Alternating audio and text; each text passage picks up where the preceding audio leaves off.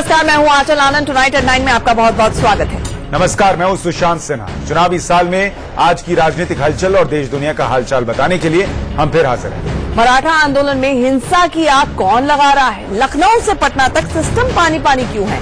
नागरिकता के national register पर बवाल क्यों मचा है? ये सब आपको विस्तार से बताएंगे, लेकिन पहले बात मुजफ्फरपुर कांड की, जो सुशासन ही नहीं इंसानियत के मुंह पर भी तमाचे जैसा है। बिहार के मुजफ्फरपुर बालिका गृह कांड में अब तक सबसे बड़ा सबूत सामने आया है।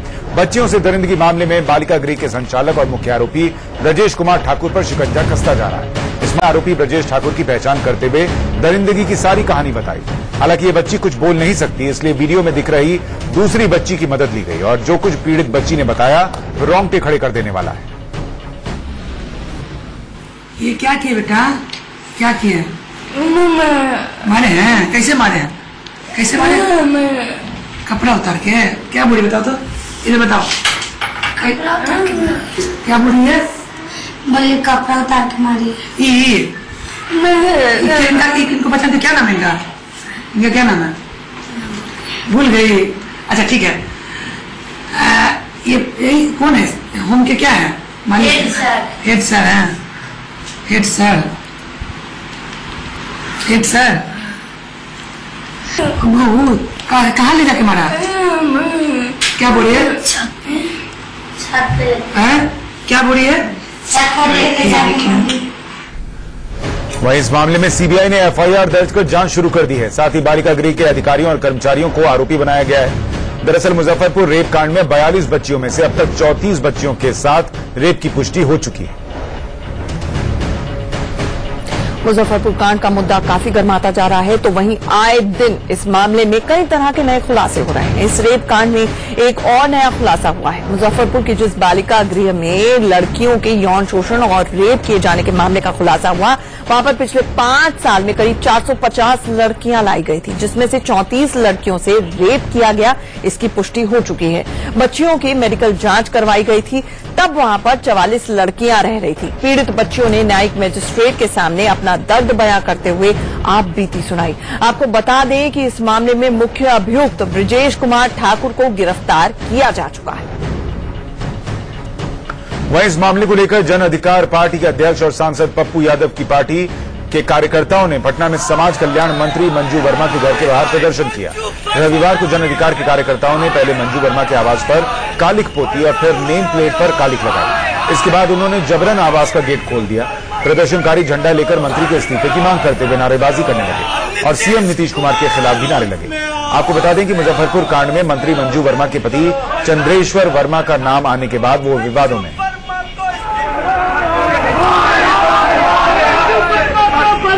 मुजफ्फरपुर के पापियों को फांसी की सजा देने की मांग हो रही है, तो इस बीच लोकसभा से आज criminal law amendment bill pass हो गया। इस बिल में 12 साल से कम उम्र की बच्चियों से रेप के दोषी को फांसी देने का प्रावधान है।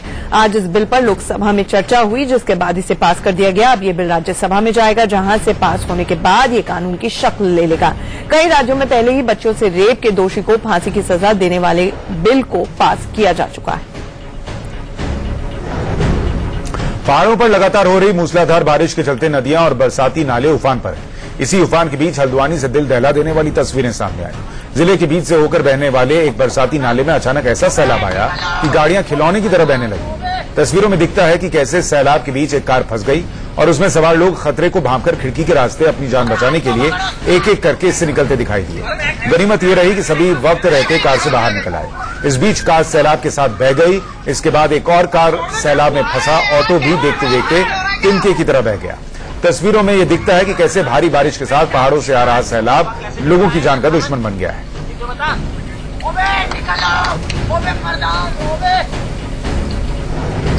तो ये तस्वीरें आप देख रहे हैं कैसे गाड़ी से लोग खिड़की के इस रास्ते से बाहर निकले और बगल में एक और गाड़ी थी जिस पर चढ़कर वो फिर सुरक्षित जगह पर पहुंच पाए। अगर बगल में गाड़ी नहीं होती तो उनका अंजाम क्या होता, आप जिस तरीके से गाड़ी बह गई उसको देखकर अंदाजा लगा सकते हैं।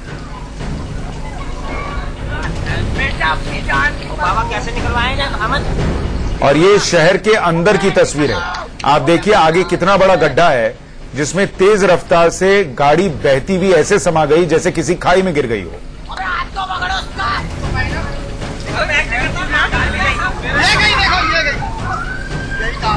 जल का बहाव भी कितना तेज रहा होगा, इसका अंदाजा लगाइए कि जो 2 गाड़ियां बही उनका वजन भी अच्छा खासा था और फिर बाद में एक ऑटो भी उसमें गिर जाता है। और अच्छी बात सिर्फ इतनी है कि इन तमाम लोगों की जिंदगी बच गई। अगर वक्त रहते ये लोग गाड़ी से नहीं निकले होते तो सब के सब इस सैलाब में बह गए होते। वहीं हल्द्वानी से दिल दहला देने वाली एक और तस्वीर सामने आई। यहां के चौरगलिया इलाके में बारिश के बाद उफनते बरसाती नाले में एक रोडवेज बस खिलौने की तरह बह गई। हादसे के वक्त बस में 28 यात्री सवार थे। ये बस हल्द्वानी से टनकपुर जा रही थी। लोगों ने बस की छत पर चढ़कर किसी तरह से अपनी जान बचाई। खबर पाकर मौके पर पहुंची पुलिस और स्थानीय लोगों ने रेस्क्यू कर यात्रियों को सैलाब से बाहर निकाला। बताया जा रहा है कि बस का ड्राइवर नशे में था। उसे लोगों के मना करने के बावजूद सड़क से होकर बह रहे उफनते नाले में बस उतार दी। पानी का बहाव इतना तेज था कि बस तिनके की तरह नाले में बहने लगी। गनीमत ये रही कि वक्त रहते सभी यात्रियों को सुरक्षित बाहर निकाल दिया गया, वरना बड़ा हादसा हो सकता था। केंद्र की मोदी सरकार यूपी की योगी सरकार के साथ मिलकर यूपी के कई जिलों को स्मार्ट सिटी बनाने की कोशिश में जुटी है। राजधानी लखनऊ के तो स्मार्ट सिटी होने का दावा भी किया जाता है, लेकिन आज हुई महज 2 घंटे की बारिश ने उन दावों की हवा निकाल दी। आसमान से बरसी आफत ने न सिर्फ पूरे लखनऊ की शक्ल सूरत बिगाड़ कर रख दी, बल्कि नगर निगम की कलाई भी खोलकर रख दी। बारिश में आम तो छोड़िए, वीआईपी इलाकों में भी हालत बद से बदतर नजर आए। योगी सरकार में जेल राज्य मंत्री का सरकारी आवास भी तालाब बन गया। कई और मंत्रियों और नेताओं के घरों में भी पानी ने ऐसा डेरा जमाया कि उनका घर से निकलना मुश्किल हो गया। मकान में घुटने तक पानी भर जाने से मंत्री अपने तय कार्यक्रमों तक पहुंच ही नहीं सके। विधानसभा के सामने भी सड़क पानी में डूबी नजर आई। इस समय हम लखनऊ के वीवीआईपी इलाके में है, बापू भवन के सामने, और हम आपको नजारा दिखाते हैं। यहाँ पे आप देख सकते हैं कि यहाँ पर पानी भरा हुआ है और पानी भरा होने के कारण कोई भी आदमी बहुत आसानी से अंदर नहीं जा सकता। आपने देखा कि एक साहब यहाँ पर आए और रिक्शे से उन्होंने जो है इस जगह को पार किया और किस तरीके से बच बचा के जो है ये अंदर पास बनवाने के लिए गए हैं। ये है लखनऊ के वीवीआईपी इलाके का हाल। आप समझ सकते हैं कि आखिर अन्य जगहों पर जहां आम आदमी रहता है उन जगहों की क्या हालत होगी, ये किसी से छिपा नहीं है। आप हमारे सामने देख सकते हैं, ये विधानसभा है, इसके पीछे आप जाएंगे एनेक्सी और विधानसभा दोनों है, लेकिन अगर आप वहां से बाहर से एंट्री करें तो पूरा का पूरा पानी लगा हुआ है, जिसकी वजह से भारी दिक्कतों का लोगों को सामना करना पड़ रहा है। लगातार बारिश हो रही है और फिलहाल बारिश रुकने का नाम नहीं ले रही है। ऐसे में लखनऊ वासी करें तो क्या करें। एक दिन पहले पीएम मोदी ने लखनऊ से देश के कई और शहरों को स्मार्ट सिटी बनाने का दम भरा था, लेकिन जो शहर पहले से स्मार्ट सिटी की लिस्ट में है उसका हाल बताने के लिए लखनऊ से सामने आई ये तस्वीरें काफी हैं। लखनऊ वासियों को स्मार्ट सिटी योजना के तहत अत्याधुनिक तकनीक से विकास का सपना दिखाया गया। सेंसर युक्त पानी की पाइपलाइन और सीवर लाइन बिछाने की योजना बनी। सोलर लाइट से शहर को जगमगाने की फाइल बनी, लेकिन अब तक हुआ कुछ नहीं। 3 साल में स्मार्ट सिटी योजना की एक ईंट भी नहीं रखी गई है, सिर्फ फाइलें ही फाइलें चल रही हैं। आलम यह है कि करीब 2.5 घंटे की बारिश के बाद सीवर और नाले चौक होने से राजधानी की मुख्य सड़कों पर 1 से 1.5 फीट तक पानी हिलोरे मारता नजर आया। लखनऊ के पौष इलाके हजरतगंज, गोमती नगर, महानगर के साथ साथ इंदिरा नगर, इस्माइलगंज, जानकीपुरम, आलमबाग, राजाजीपुरम जैसे इलाके पानी में डूबे नजर आए। डालीगंज अंडरपास भी पानी में डूबा नजर आया। बारिश के कारण स्कूल और कोचिंग जाने वाले बच्चों के साथ साथ दफ्तर जाने वाले कर्मचारियों को काफी परेशानियां उठानी पड़ी। कुल मिलाकर पहली भारी बारिश ने लखनऊ नगर निगम के पानी की निकासी के दावों की पोल खोल कर रख दी। अधिकांश क्षेत्रों में सीवर लाइन में कूड़ा जमा होने से जल भराव हो गया। पानी घरों और दुकानों के अंदर घुस आया। राजधानी लखनऊ के ये हालात तब है जब स्मार्ट सिटी के लिए यहां के कैसरबाग क्षेत्र का चयन हो चुका है। विकास कार्यों के लिए 374 करोड़ रुपए दिए भी जा चुके हैं। इसमें केंद्र के 188 करोड़ और राज्य के 186 करोड़ की पहली किस्त शामिल है, लेकिन पिछले 3 साल में सिर्फ फाइलें ही दौड़ रही हैं। योजना की एक ईंट भी धरातल पर नहीं रखी जा सकी। हालत यह है कि स्मार्ट सिटी बोर्ड की बैठक तक नहीं हो पाई।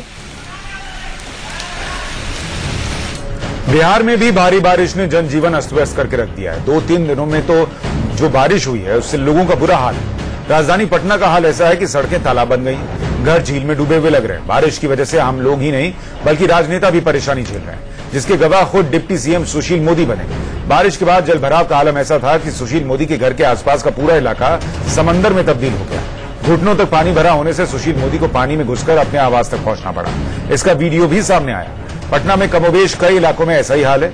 अगमकुआं इलाके में तो जलभराव के चलते खुला गटर न देख पाने से उसमें गिरकर एक 5 साल के बच्ची की मौत हो गई। इस हादसे के बाद से परिजनों का रो रो कर बुरा हाल है।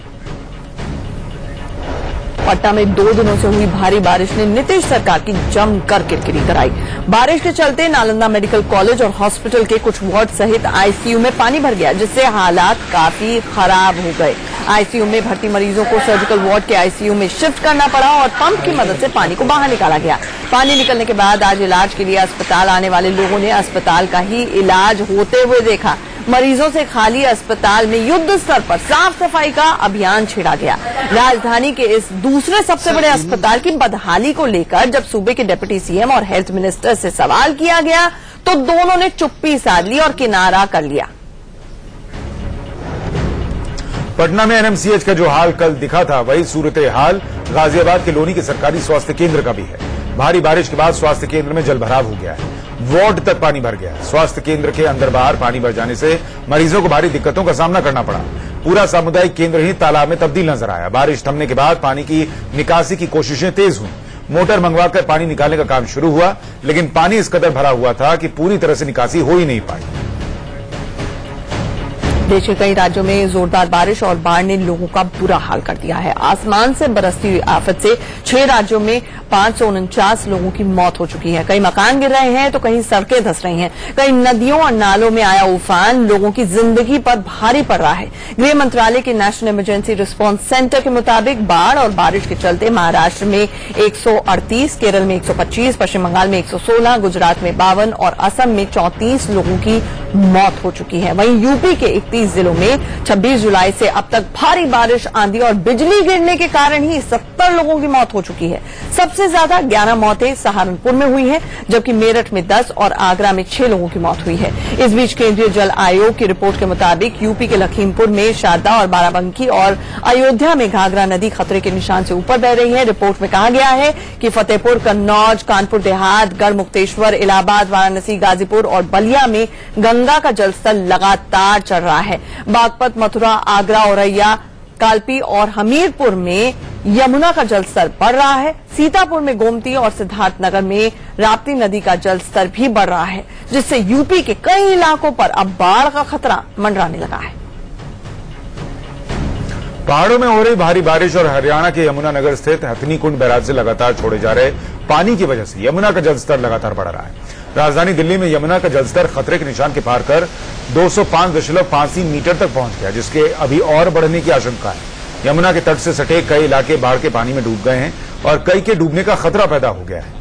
वजीराबाद, सोनिया विहार, गढ़ी मांडू, शास्त्री पार्क, गीता कॉलोनी, गांधीनगर, जगतपुर गांव, यमुना बाजार, ओखला, बाटला हाउस, सराय काले खां, मदनपुर खादर और राजघाट पर बाढ़ का खतरा मंडरा रहा है, जिसे देखते हुए प्रशासन लगातार लोगों को सुरक्षित जगह पहुंचाने में जुटा हुआ है।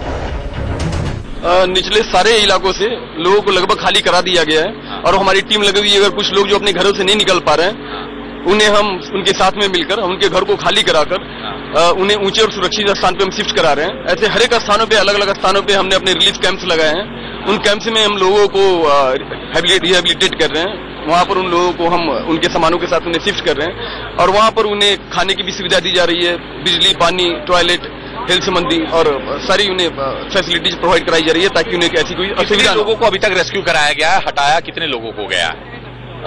अभी हम बात करें तो हमारे पूर्वी दिल्ली और शाहदरा को मिलाकर लगभग 4000 से ज्यादा लोग अभी टेंट में रह रहे हैं, जिन्हें की विस्थापित कराकर हमारे यहाँ पर रखा जा रहा है और पूरे दिल्ली में फिगर लगभग अभी 7000 से ऊपर का है। चलिए आगे बढ़ते हैं। अब बात मराठा आरक्षण के आंदोलन की, जिसकी आग में आज पुणे झुलसा गया। 16% आरक्षण की मांग को लेकर मराठा समुदाय ने आज पुणे में जमकर बवाल मचाया। मराठा क्रांति मोर्चा के कार्यकर्ताओं ने पुणे नासिक हाईवे पर कब्जा कर लिया और हाईवे पर गुजर रही गाड़ियों में आग लगा दी।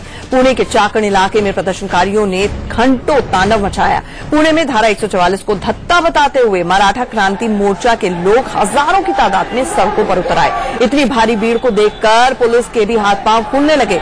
पुलिस की मौजूदगी में ही इन प्रदर्शनकारियों ने मनमानी करनी शुरू कर दी। सड़क पर जो भी बसें दिखी उसे निशाना बनाना शुरू कर दिया। पुणे के करीब चाकण इलाके में मराठा क्रांति मोर्चा के कार्यकर्ताओं ने हुड़दंग से हाहाकार मचा दिया। बताया जा रहा है कि 16 गाड़ियों को मराठा प्रदर्शनकारियों ने फूंक डाला। वहीं करीब 25 बसों और गाड़ियों में तोड़फोड़ की गई। पुलिस इन्हें जितना रोकने की कोशिश करती रही, ये प्रदर्शनकारी उतनी ही ज्यादा मनमानी करते रहे, उग्र रहे। मराठा आरक्षण की मांग को लेकर पिछले हफ्ते भी हिंसक आंदोलन हुआ था। मुंबई, नवी मुंबई और ठाणे में हुए हिंसक प्रदर्शन के बाद मराठा आंदोलन वापस ले लिया गया था। सरकार कह चुकी है कि मराठा आरक्षण को लेकर विधानसभा का विशेष सत्र बुलाकर चर्चा की जाएगी, लेकिन मराठा समुदाय इतने पर भी मानने को तैयार नहीं हो रहा है और हिंसा पर उतारू हो गया है। मराठा क्रांति मोर्चा के प्रदर्शन के दौरान आज जिस तरह की तस्वीरें पुणे में दिखी, कमोबेश वैसी तस्वीरें पिछले हफ्ते कई जगहों से आई थी। औरंगाबाद में 24 जुलाई को मराठा प्रदर्शनकारियों ने जमकर बवाल मचाया था और गाड़ियों में आग लगा दी थी। 25 जुलाई को ऐसा ही हिंसक प्रदर्शन मानखुर्द में देखने को मिला, जहां भी कई गाड़ियां फूंक दी गई। 26 जुलाई को सोलापुर में भी मराठा समुदाय के लोगों ने कानून हाथ में लेते हुए कई गाड़ियों को निशाना बनाया और उसे आग के हवाले कर दिया। नवी मुंबई, ठाणे में भी प्रदर्शनकारियों ने आगजनी और हिंसा की। मराठा आरक्षण की मांग को लेकर एक और युवक ने जान दे दी। औरंगाबाद में 35 साल के प्रमोद जयसिंह होरे ने ट्रेन के सामने छलांग लगाकर खुदकुशी कर ली। बताया जा रहा है कि प्रमोद ने फेसबुक पर लिखा था कि आज एक मराठा छोड़कर जा रहा है, मराठा आरक्षण के लिए कुछ कीजिए। उसने व्हाट्सएप संदेश में यह भी लिखा था कि मराठा आरक्षण एक और जान लेगा। इसी औरंगाबाद में आरक्षण की मांग को लेकर मराठा युवक काका शिंदे ने पिछले हफ्ते गोदावरी नदी में जल समाधि ले ली थी, जिसके बाद आंदोलन हिंसक हो गया और अब इसी औरंगाबाद में एक और युवक ने आरक्षण की मांग को लेकर जान दे दी। आरक्षण की मांग को लेकर 6 लोगों के अब तक जान देने की बात कही जा रही है। हिंसक प्रदर्शन के बाद अब मराठा समाज आरक्षण को लेकर सरकार पर दबाव डालने के लिए जेल भरो आंदोलन चलाएगा। 1 अगस्त को मराठा समुदाय पूरे महाराष्ट्र में जेल भरो आंदोलन करेगा। मुंबई के आजाद मैदान में 1 अगस्त की सुबह 11 बजे से जेल भरो आंदोलन का आगाज होगा। मराठा समाज ने सीएम पर गलत बयानबाजी करने का आरोप लगाया है और कहा है कि सीएम और मंत्री माफी मांगे और साथ ही अपने पद से इस्तीफा दें। मराठा समाज ने 25 जुलाई को आंदोलन के दौरान प्रदर्शनकारियों पर हुए हर तरह के केस बिना शर्त वापस लेने की भी मांग की है। आरक्षण आंदोलन के दौरान मारे गए लोगों के परिजनों को 50 लाख का मुआवजा देने की मांग की गई है। साथ ही घायलों को 10 लाख का मुआवजा देने की मांग रखी गई है। मराठा समाज का यह भी कहना है कि सरकार आंदोलन में फूट डालने की कोशिश कर रही है। समाज का कहना है कि सीएम देवेंद्र फडणवीस ने जिन लोगों से कल मुलाकात की वो मराठा समाज के नुमाइंदे हैं ही नहीं। वहीं मराठा समाज के उग्र प्रदर्शन को देखते हुए फडणवीस सरकार नरम पड़ती हुई नजर आ रही है। औरंगाबाद से लेकर मुंबई तक पिछले दिनों मराठा आंदोलन के दौरान हुई हिंसक घटनाओं पर पुलिस अब कार्रवाई नहीं करेगी। कल मराठा समाज के लोगों ने सीएम देवेंद्र फडणवीस से मुलाकात की थी। फडणवीस ने मराठा समाज से कहा कि आरक्षण को लेकर विधानसभा का विशेष सत्र बुलाया जाएगा। साथ ही महाराष्ट्र सरकार ने ऐलान किया है कि प्रदर्शन के दौरान मराठा समाज पर जो केस दर्ज हुए हैं उन्हें वापस ले लिया जाएगा। हालांकि पुलिस पर हमला करने वालों पर केस चलते रहेंगे। मराठा आंदोलन की आग में जहां एक तरफ पुणे जलता रहा आज, तो वहीं राजधानी मुंबई में सियासी सरगर्मी जोरों पर रही। शिवसेना अध्यक्ष उद्धव ठाकरे ने आज अपने घर पर राज्य सरकार में अपनी पार्टी के मंत्रियों के साथ साथ विधायकों और नेताओं को बुलाया और मराठा आरक्षण को लेकर बैठक की। बैठक के बाद शिवसेना कोटे के मंत्रियों ने सीएम देवेंद्र फडणवीस से मुलाकात की और जल्द से जल्द विधानसभा का सत्र बुलाने की मांग की। उधर कांग्रेस के नेताओं ने भी बैठक की और फिर राज्यपाल सी विद्यासागर राव से मुलाकात करने के बाद इस मामले में दखल देने की मांग की। एनसीपी विधायकों ने भी आज बैठक की और फिर राज्यपाल से मिले। एनसीपी ने राज्यपाल से गुहार लगाई कि सरकार पर दबाव डाला जाए और ऐसे कदम उठाए जाएं ताकि मराठा समुदाय का आंदोलन रुके और उनके लिए आरक्षण का रास्ता साफ हो। तत्काल एक विशेष अधिवेशन विधानसभा में बुलाना चाहिए और मराठों को आरक्षण देने के लिए उसमें कानून पास होना चाहिए, संसद में वो भेजना चाहिए, वहां पे भी मंजूरी लेना चाहिए। तो ही ये जो मराठों का जो आक्रोश है या मराठों का बड़ी पैमाने में जो आंदोलन है वो रुक सकता है। हम राज्यपाल महोदय से भी मिले और उनसे कहा कि सरकार ने जिस ढंग से जो है समय जो है बीतता गया और चुपचाप रहते गए लाखों के मोर्चे इतनी शांति के साथ निकलने के बावजूद जब कुछ उसका असर नहीं हुआ तो मराठा कम्युनिटी के जो आंदोलनकर्ता थे उनका संयम जो है छूट गया है। एक तरफ सरकार की सफाई, दूसरी तरफ सियासत। पश्चिम बंगाल की मुख्यमंत्री ममता बनर्जी ने लिस्ट में से 40 लाख लोगों के नाम नहीं होने पर केंद्र सरकार पर जमकर निशाना साधा। उन्होंने बांग्ला कार्ड खेलते हुए गृहमंत्री राजनाथ सिंह की निष्पक्षता से लिस्ट तैयार करने के दावे पर ही सवाल उठा दिया और कहा कि कुछ समुदाय और भाषा विशेष के लोगों को जबरन निशाना बनाया जा रहा है। टीएमसी सुप्रीमो ने बेहद तल्ख अंदाज में केंद्र सरकार पर बंगालियों से भेदभाव का आरोप लगाया और कहा कि असम में रहने वाले बांग्ला भाषी लोगों को खास तौर पर निशाना बनाया जा रहा है। ममता बनर्जी ने केंद्र सरकार सुनियोजित तरीके से लोगों को अलग थलग कर रही है। ये कहा सरकार अपने ही देश में लोगों को शरणार्थी बनाने का काम कर रही है। उन्होंने ये भी कहा कि ऐसे संवेदनशील मुद्दे पर सरकार को राजनीति से बाज आना चाहिए। ममता ने कहा कि केंद्र सरकार की नीति है कि फूट डालो और राज करो, यानी डिवाइड एंड रूल। उनकी राजनीति ही लिंचिंग की है, लोगों को बांटने की है। मैं गृहमंत्री से कहना चाहूंगी कि निष्पक्षता के अपने दावे पर वो कायम रहें और 40 लाख लोगों के भविष्य के बारे में सोचें। गोरखपुर की पहचान विकास के लिए कभी नहीं रही। ये इलाका गैंग वॉर से लेकर अपराध के राजनीतिकरण के लिए कुख्यात था। लेकिन अब गोरखपुर सीएम सिटी है, जहां आप मुंबई के मरीन ड्राइव जैसा मजा भी ले सकते हैं। दरअसल योगी सरकार 84 एकड़ में फैले गोरखपुर के रामगढ़ ताल का कायाकल्प करने में जुटी है, जिसे मुंबई के जुहू चौपाटी और मरीन ड्राइव की तर्ज पर बनाया गया है। आपको बता दें कि पूर्व मुख्यमंत्री वीर बहादुर सिंह ने रामगढ़ ताल के सौंदर्यीकरण और इसे टूरिस्ट स्पॉट बनाने के लिए काफी प्रयास किए, लेकिन उनके निधन के बाद सारी योजनाएं अधर में लटक गई। लेकिन अब सीएम योगी आदित्यनाथ के नेतृत्व में बीजेपी की सरकार बनने के बाद रामगढ़ ताल को नए सिरे से संवारा जा रहा है।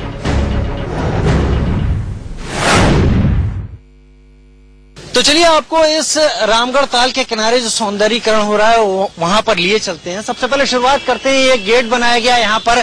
जाहिर सी बात है इसमें और भी कुछ होगा, लेकिन एक तिरंगे के रूप में इस गेट को बनाया गया है।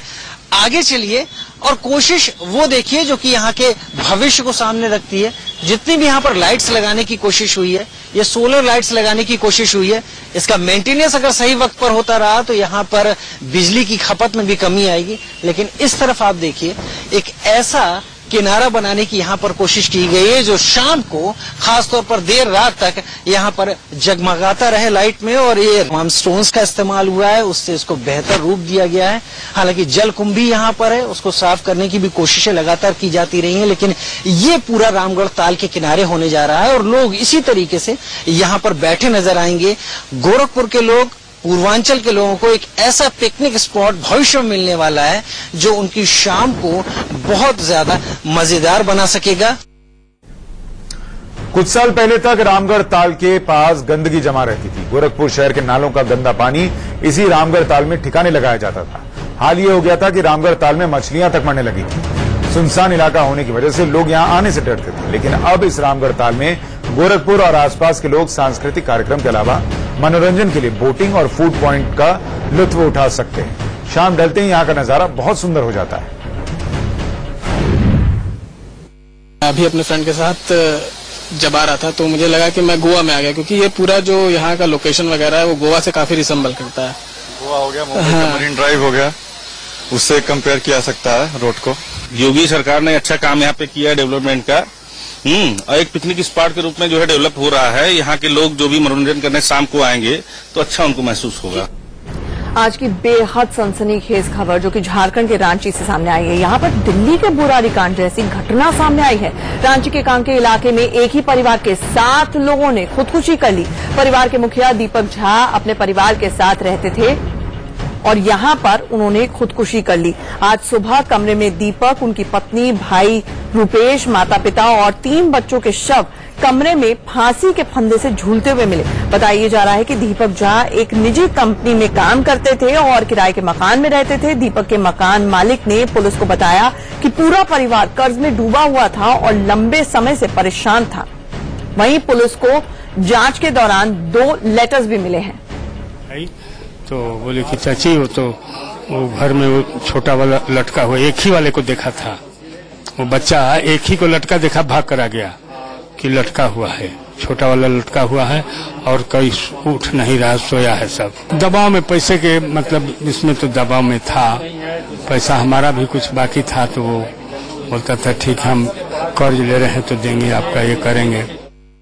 तो आर्थिक समस्याओं से परिवार जूझ रहा था। ऐसे में जो 2 लेटर मिले हैं, जिसमें एक 15 पन्ने का लेटर है जबकि दूसरा 2 पन्ने का लेटर है, जिसमें फाइनेंशियल या किसी तरह के फ्रॉड की बात कही है।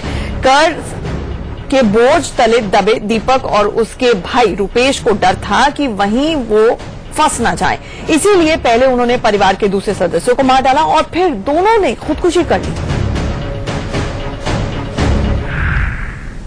2 कागज महत्वपूर्ण हमको अनुसंधान के क्रम में भी यहां से मिले हैं, जिसमें कि मृतक दीपक झा, इसके पास से एक 15 पेज का सुसाइड नोट बरामद हुआ है। काफी बड़ा डॉक्यूमेंट है। उसके अलावा जो उसका भाई है रुपेश, उसके पास से एक 2 पन्ने का डॉक्यूमेंट बरामद हुआ है। उस नोट में इनके द्वारा लिखा गया है कि एक संभावना थी कि एक फाइनेंशियल मिस अप्रोप्रिएशन या एक फ्रॉड का मामला संभवतः उसका मेंशन किया गया है और इनको ये डर था कि उसमें इनका भी नाम फंस, ये उनका नाम भी इसमें आ जाएगा। जो प्रतीत हो रहा है उसमें कि इन दोनों भाइयों के द्वारा जो है पहले सभी पूरे परिवार को मारा गया है जैसा प्रतीत हो रहा है, और उसके पश्चात इन्होंने अपने आप को हैंग किया है।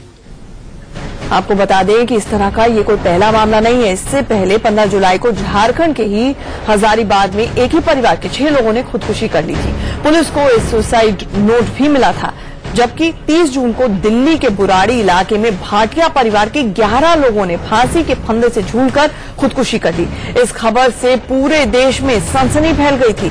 इस घटना के मास्टरमाइंड के तौर पर परिवार के सबसे छोटे बेटे ललित का नाम ही सामने आया था। और अब एक ऐसी खबर जो हैरान करने वाली है। दिल्ली से सटे हरियाणा के फरीदाबाद में मंदिर में घंटा बजाने पर रोक लगा दी गई है। बल्लभगढ़ के शनि मंदिर में जिला प्रशासन ने घंटा बजाने पर रोक लगाते हुए तुगलकी फरमान सुनाया और मंदिर की घंटियों को काले कपड़े से बांध दिया गया। जैसे ये खबर भक्तों ने सुनी, लोगों ने खासी नाराजगी जताई और मंदिर के घंटों पर बंधे कपड़ों को खोल दिया गया। दरअसल जिला प्रशासन का कहना है कि इस मामले में उनके पास शिकायत आई थी कि मंदिर में लाउडस्पीकर और घंटा बजाने से पास के गर्ल्स स्कूल में बच्चों को पढ़ाई में दिक्कत आती है, जिसको लेकर स्कूल प्रिंसिपल ने शिकायत की थी। हालांकि एसडीएम ने मंदिर में घंटा बजाने पर रोक लगाने की बात से इनकार किया है।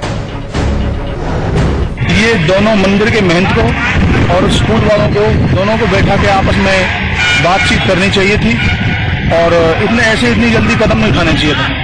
इससे हमारे धर्म पे बहुत आघात पहुंची है। नहीं, घंटियों का तो जिक्र ही नहीं था उसमें, और वो एक वर्बल मैसेज था, एक रिक्वेस्ट थी, केवल कोई आदेश नहीं था कि उनको लड़कियों को पढ़ने में दिक्कत होती है, लाउड स्पीकर ना बजाया जाए ऊंची आवाज में कॉलेज टाइम में, बस। अब बात भीड़ तंत्र की, जिस पर लगाम लगाने के लिए कड़ी और बड़ी सिफारिशें की गई हैं। केंद्रीय गृह सचिव की अध्यक्षता में बनी कमेटी ने मॉब लिंचिंग को लेकर 2 बैठकें की हैं। इन बैठकों में कई बिंदुओं पर चर्चा हुई और सरकार को सुझाव के लिए प्रस्ताव तैयार हुए। कमेटी के सुझावों के मुताबिक सीआरपीसी यानी कि कोड ऑफ क्रिमिनल प्रोसीजर और आईपीसी यानी कि इंडियन पीनल कोड में बदलाव किया जाना चाहिए और मॉब लिंचिंग को अलग अपराध की श्रेणी में रखा जाना चाहिए। कमेटी का सुझाव यह है कि सख्त कानून से ही लिंचिंग पर रोक में काफी हद तक मदद मिल पाएगी, इसलिए मॉब लिंचिंग पर एक सख्त कानून संसद से पास कराने की वकालत की है। कमेटी के मुताबिक मॉब लिंचिंग के लिए कड़ी से कड़ी सजा का प्रावधान होना चाहिए और लिंचिंग में गिरफ्तार लोगों को किसी भी कीमत पर जमानत नहीं मिलनी चाहिए। मॉब लिंचिंग के पीड़ित को मुआवजे के लिए फंड बनाने का भी सुझाव यहां पर दिया गया है। कमेटी की सिफारिश है कि गौ तस्करी और बच्चा चोरी की अफवाह पर तुरंत काबू पाया जाए और सोशल मीडिया पर अफवाह रोकने के लिए फ्रेमवर्क बनाया जाए। गृह सचिव की अगुवाई वाली कमेटी की 2 बैठकें हो चुकी हैं, लेकिन अभी एक और फाइनल बैठक होनी है, जिसके बाद फाइनल ड्राफ्ट तैयार होगा, जो कि ग्रुप ऑफ मिनिस्टर्स यानी जीओएम के मुखिया और केंद्रीय गृह मंत्री राजनाथ सिंह को सौंपा जाएगा। कमेटी के सुझाव की समीक्षा करने के बाद जीओएम अपनी सिफारिशें पीएम मोदी को सौंपेगी। पंजाब नेशनल बैंक घोटाले के मास्टरमाइंड और डायमंड कारोबारी मेहुल चोकसी की आजादी अब खत्म होने वाली है। कैरेबियाई द्वीप समूह एंटीगुआ बारमूडा में छिपे मेहुल चोकसी को पकड़ने के लिए भारत सरकार ने चहलकदमी शुरू कर दी है। सरकारी सूत्रों के मुताबिक भारतीय उच्चायुक्त ने एंटीगुआ बारमूडा के अधिकारियों से मुलाकात की है। इन अधिकारियों को मेहुल के एंटीगुआ में होने की लिखित और मौखिक सूचना मिली थी। साथ ही चौकसी को हिरासत में लेने की मांग की गई है। भारत ने एंटीगुआ सरकार से मेहुल चौकसी के मूवमेंट को रोकने की मांग की है। मेहुल के हवा, पानी और जमीन के रास्ते से आवाजाही पर रोक लगाने की मांग की गई है। मेहुल को लेकर भारत सरकार और एंटीगुआ सरकार की एजेंसीज लगातार संपर्क में हैं। दरअसल मेहुल चौकसी ने एंटीगुआ की नागरिकता हासिल कर ली है। मेहुल के पास यहां का पासपोर्ट भी है। इस देश की नागरिकता और पासपोर्ट होने से 132 देशों में बिना वीजा यात्रा करने की इजाजत मिल जाती है। मेहुल फिर कहीं भाग जाए उससे पहले भारत सरकार उसे पकड़ना चाहती है, इसलिए एंटीगुआ सरकार से बात कर प्रत्यर्पण की कोशिशें की जा रही हैं। और अब हम आपको दिल्ली के एक ऐसे चोर की कहानी दिखाने जा रहे हैं जिसकी उम्र तो 63 साल है, लेकिन उस पर इश्क का ऐसा भूत सवार है कि उसने 5-5 गर्लफ्रेंड्स रख रखी हैं। देखिए, यही है दिल्ली का वो चोर जो कि इस वक्त पुलिस की गिरफ्त में खड़ा हुआ है। इसका नाम बंधु सिंह है।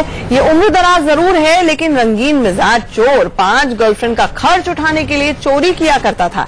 इसने शादी नहीं की है। पुलिस के मुताबिक सराय रोहिला इलाके में लंबे वक्त से सेंधमारी की वारदातें, शिकायतें मिल रही थी, जिसके बाद पुलिस ने गहराई से जांच शुरू की तो पुलिस को एक सीसीटीवी फुटेज हाथ लगा जिसमें ये इश्कबाज चोर सेंधमारी करके सामान ले जाता हुआ नजर आ रहा था। पुलिस ने इसे पकड़ा तो इसने सारी कहानी उड़ेल दी। इस पर 20 मुकदमे पहले से ही दर्ज हैं। फिलहाल पुलिस ने इसे गिरफ्तार कर जेल भेज दिया है और लूट का ज्यादातर सामान बरामद भी कर लिया है। छुट्टियों में बच्चे नानी के घर जाने की जिद करते हैं। उन्हें लगता है कि नानी के घर में मौज मस्ती होगी, नानी हर गलती माफ कर देंगी, डांट फटकार नहीं मिलेगी, लेकिन बहुत लाड़ प्यार जरूर मिलेगा। पर अब हम आपको एक ऐसी निर्दयी नानी की कहानी दिखाने जा रहे हैं जिसे देखकर कलेजा काम जाता है। टीवी पर आप जिस मासूम को उल्टा लटका देख रहे हैं वो महज 3 साल का है। उसकी मां अब इस दुनिया में नहीं है, पिता भी काम के सिलसिले में बाहर रहते हैं। बच्चे को मां की ममता मिलती रहे इसलिए मां की मां ने यानी नानी ने इसे अपने पास रख लिया, लेकिन अब उसी नानी ने निर्दयता की हदें पार की। बच्चा है इसलिए शैतानी भी कर देता है, लेकिन नानी को ये मासूम शैतानी बिल्कुल पसंद नहीं आई और इसीलिए नानी ने अपने 3 साल के मासूम नाती को रस्सी से बांधकर इस तरह उल्टा लटका दिया। बच्चा रोता है, बिलखता है, लेकिन नानी का दिल नहीं पसीजता। ये तस्वीर यूपी के संत कबीर नगर जिले के राम जंगल कला गांव की है। कुछ लोगों ने जब बच्चे को इस हालत में देखा तो बीच बचाकर बच्चे को रस्सी से आजाद करवाया, लेकिन नानी ने बच्चे को सख्त हिदायत दी है कि अगर उसने शैतानी की तो फिर इसी तरह से लटका दूंगा। रस्सी से आजाद होने के बावजूद मासूम सदमे में है। न मां का साया रहा, न नानी की ममता मिल रही है, बस ये मासूम मोहब्बत को तरस रहा है। आगे बढ़ते हैं, अब आपको लेकर चलते हैं 7 समंदर पार सऊदी अरब, जहां पर दुनिया की सबसे महंगी गोल्डन शादी की तस्वीरें सामने आई हैं। सऊदी अरब के किंग अब्दुल्ला ने अपनी बेटी की शादी के मौके पर ऐसा तोहफा दिया जिस पर दुनिया भर की निगाहें टिक गई। अब्दुल्ला ने न सिर्फ अपनी बेटी को सोने की ड्रेस गिफ्ट की बल्कि सोने से बना टॉयलेट भी गिफ्ट किया। अब्दुल्ला ने अपनी बेटी को जो ड्रेस गिफ्ट की है वो 150 किलो सोने की बताई जा रही है। इस गोल्डन ड्रेस में दुल्हन किसी पिरामिड की तरह दिख रही है। इसके अलावा एक सोने का टॉयलेट भी गिफ्ट किया गया है। वहीं 400 किलो का सोने का बेड और 600 किलो सोने का बाथ टब भी गिफ्ट किया गया है। इस रॉयल वेडिंग में $3 लाख यानी कि 180 करोड़ रुपए खर्च हुए। हैरान करने वाली बात यह है कि इस रॉयल वेडिंग में जितना खर्च दुल्हन की ड्रेस पर किया गया उतनी रकम किसी देश की सरकारी योजना के लिए आवंटित की जाने वाली राशि से कम नहीं है। उधर बॉलीवुड की क्वीन कंगना रनौत ने आज छत्तीसगढ़ की राजधानी रायपुर में पहुंचकर सीएम रमन सिंह के साथ एक कार्यक्रम में हिस्सा लिया। इसके बाद कंगना रमन सिंह के आवास पर भी गईं और उनके परिवार वालों से मिली। कंगना ने रमन सिंह की पत्नी, बेटी, बहू के साथ फोटो खिंचवाई और खुद ही तस्वीरों को ट्वीट भी किया।